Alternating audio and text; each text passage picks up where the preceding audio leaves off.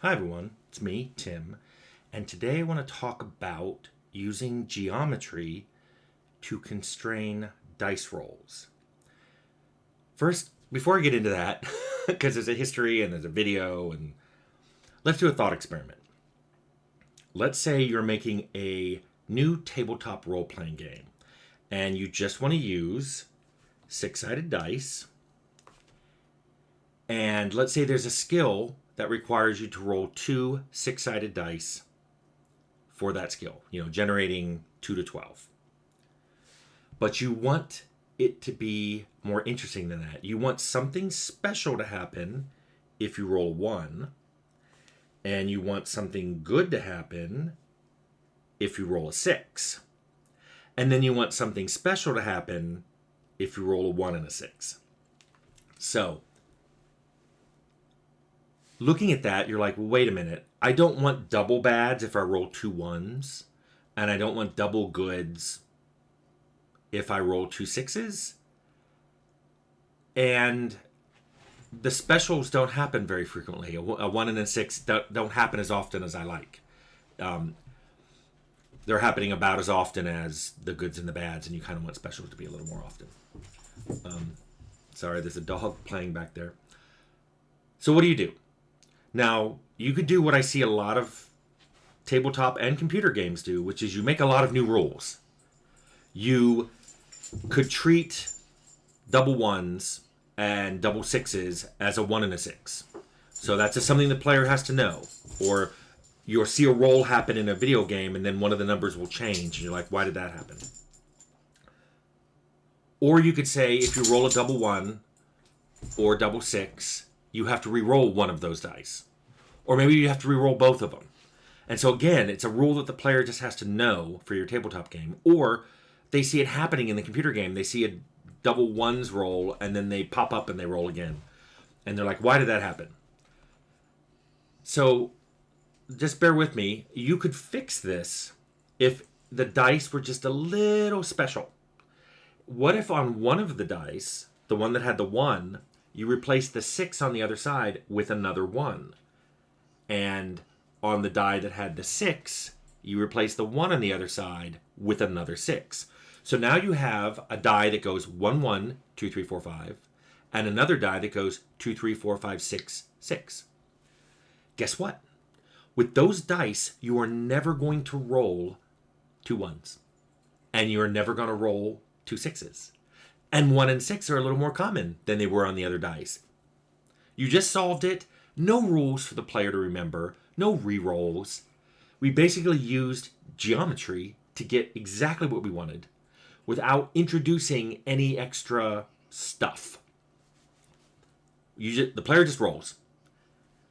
That's what I like, and that's the basis of the idea I'm going to tell you next. So, I spoke at Reboot conference in Croatia in Dubrovnik in 2017, and I explained something I called my triangle attribute idea.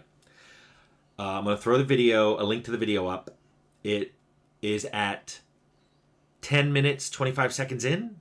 I'll make the link jump straight to it. If you want to watch the whole thing, great, but where I really start talking about it is 10 minutes and 25 seconds in.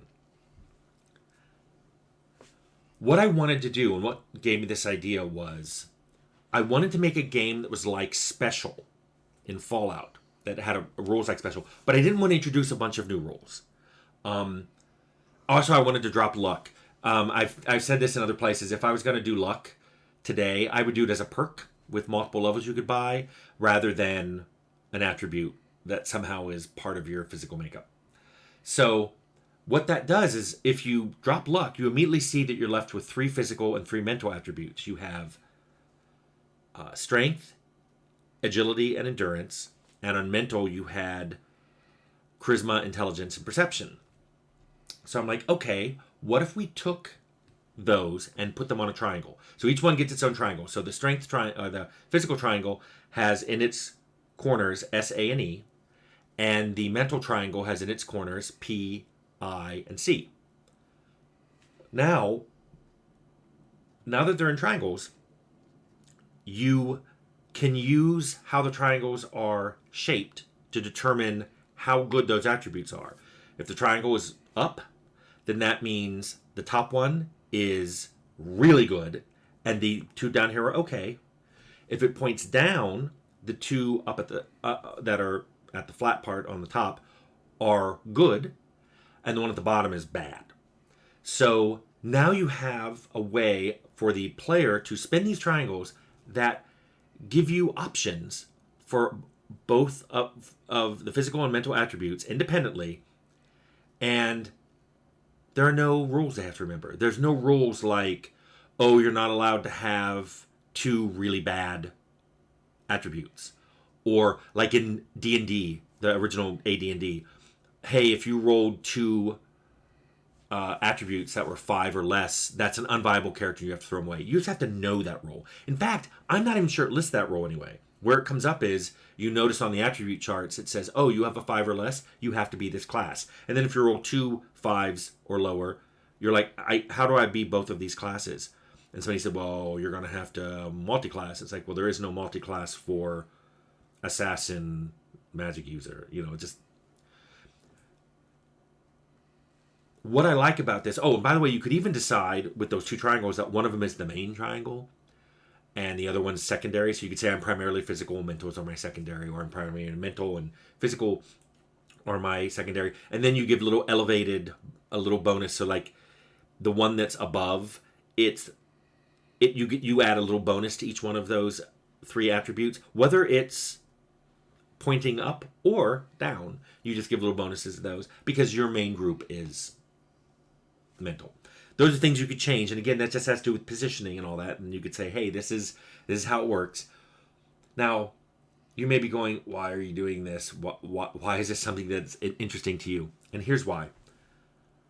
I find that dice rolls with rules and even point buys with a lot of rules, a lot of times those rules are completely nonsensical to the player, and there's often a lot of them, and sometimes they're unwritten. Like I said, that rule in AD&D about what happens if you roll a character with 2 5s or lower, you just have to know that's not a viable character and you have to throw it away.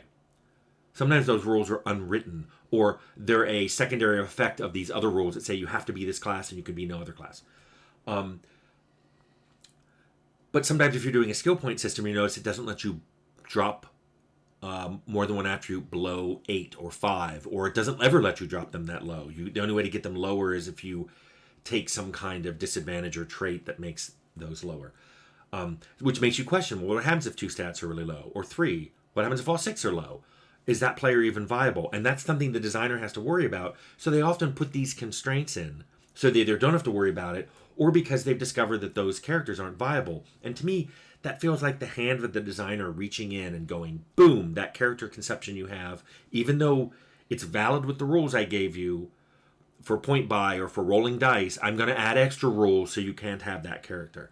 And that's a little too strong for me. I like when I feel the hand of designer saying, hey, I like you sneaking inventory out of the shopkeeper's back pocket, or I like you doing stealth attacks from ranged in this game. That I like. What I don't like is when the designer is basically saying, no, don't do that. Why? Because I said so. And sometimes you figure out it's like, oh, they didn't balance their game for all the different character builds. Or their rules left some character builds in limbo, so they made new rules to get rid of those characters. I don't like that. What I liked about my triangle idea was it let the player make any shapes they want. You can spin any of those you want, and anything you make is valid. Guarantee it's valid. There's nothing to remember. There's nothing to go, oh, I'm not allowed to do that, or there's nothing you can spin something and it turns red and goes, you can't do that. You just spin these numbers anywhere, spin these triangles anywhere you want. Look at what it's saying, oh, my strength is really high. Oh, now it's just okay. Oh, now it's bad. That's just how you make a character. The geometry is the constraint, not points and rules. And players see geometry and they can see how this stuff is working. And I know people are like, oh, you're just dumbing things down. And I'm like, no, I'm moving it to a different set of constraints.